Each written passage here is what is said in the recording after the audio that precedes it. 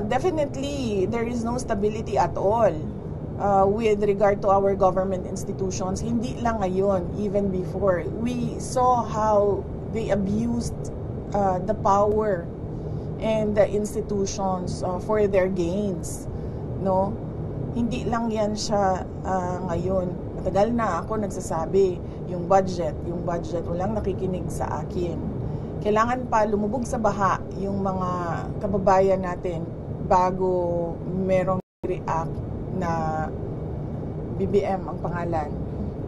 And even then, hindi pa nagtutugma yung kanyang reaction sa dapat niyang gawin. Kaya really, truly, our economy is not in the very best weather.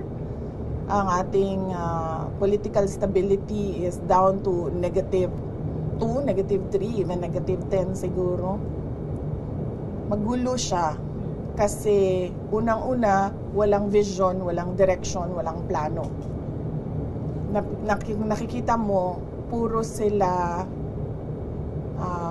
politika at paninigurado na may pera sa bulsa at yung eleksyon nila sa susunod na darating na eleksyon.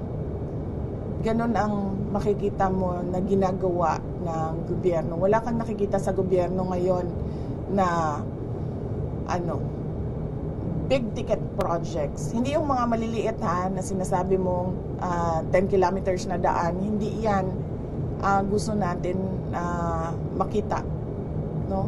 Sa ating pamahalaan, mga maliliit na kung saan-saan nilagay, yung iba hindi pa talaga nilagay, nawawala pa, yung iba substandard pa. Hindi ganyan na klase ng mga projects ang gusto natin na nakikita sa bayan.